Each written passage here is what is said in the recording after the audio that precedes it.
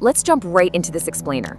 Today, we're looking at what is arguably one of the most fiercely debated moments in all of modern history: the United States dropping a second atomic bomb during World War II.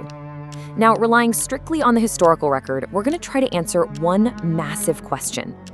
Why exactly did a second strike happen so incredibly soon after the first? So, was a second bomb really necessary? Honestly, that is the defining question here.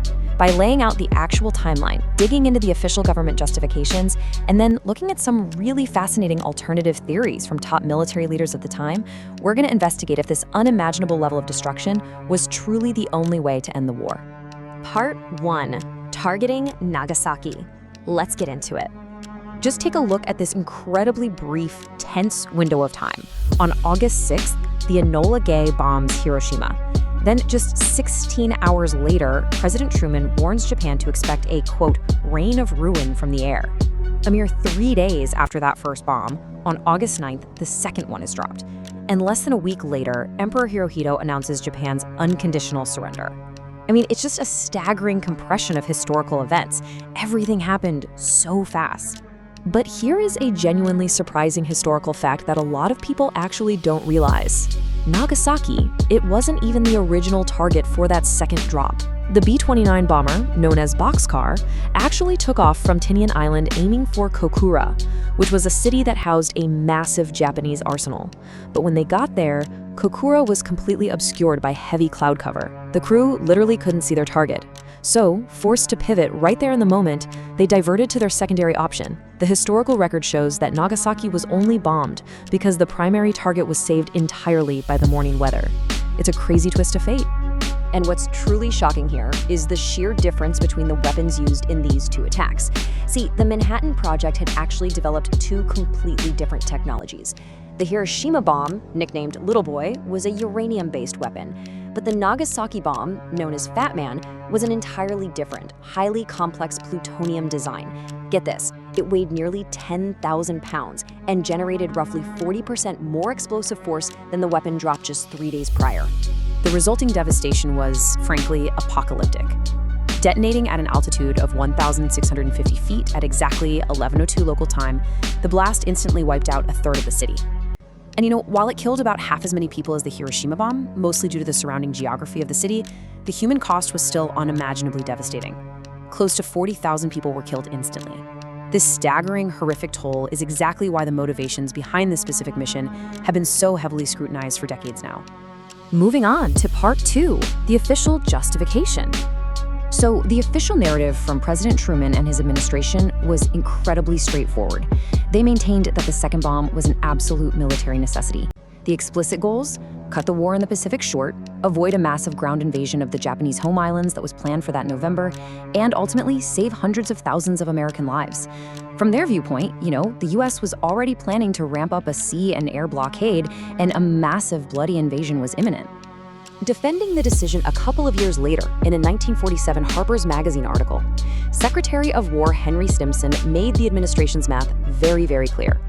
He argued that by July 1945, there hadn't been any sign of the Japanese weakening their determination to fight. He projected that a full-scale invasion would drag the major fighting all the way until late 1946. And crucially, he estimated that those operations would cost over 1 million casualties to American forces alone.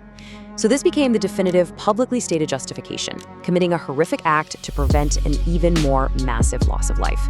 Now for Part 3, alternative historical theories. Let's look at the other side of the coin, because we actually see a really sharp contrast in internal perspectives when looking at high-ranking officials from that exact same era. Take General Curtis LeMay, for instance. He was famously hawkish and directed the entire strategic bombing campaign over Japan. Yet, he bluntly told the press in September 1945 that the atomic bomb had absolutely nothing to do with the end of the war. On top of that, Secretary of State James Burns noted that Japanese leaders knew they were beaten well before Hiroshima and had actually already reached out to the Soviets to explore peace mediation. And this brings us to a major alternative perspective known as the geopolitical posturing theory. According to scholars like Gar Alperovitz, the explicit goal of dropping that second bomb wasn't actually military necessity against a beaten Japan. Instead, it was this brutal, calculated demonstration of the new plutonium weapon, specifically designed to intimidate the Soviet Union, essentially establishing dominance and securing American supremacy in the impending post-war global hierarchy. Adding to these alternative theories is a deeply unsettling claim that came from right inside the military itself. Admiral William Bull Halsey, commander of the U.S. Navy's Third Fleet, claimed in 1946 that the attacks were really just a macabre scientific experiment. Remember how the Manhattan Project developed those two entirely different bomb designs, uranium and plutonium? Well, Halsey argued that the scientists simply wanted to test both of these, quote, toys in real-world conditions just to see how they worked. Part 4, the enduring debate. It's really fascinating to look at Truman's immediate reaction to all of this. While the debate over his true motivations continues to this day among historians, Truman clearly recognized the apocalyptic power he'd just unleashed. In fact, the very day after Nagasaki was bombed, he took immediate and sole control over the weapons, strictly ruling out any future atomic bomb attacks without his express, direct order. The sheer gravity of what the Manhattan Project had created was just completely undeniable at that point.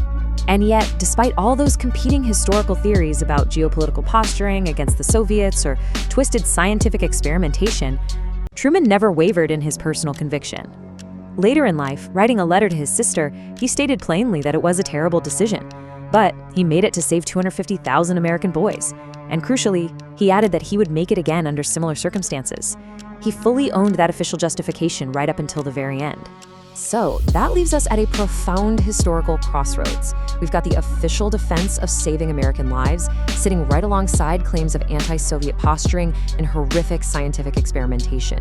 With so many conflicting voices from the very people who commanded this war, will the world ever truly know if that second nuclear attack was absolutely necessary?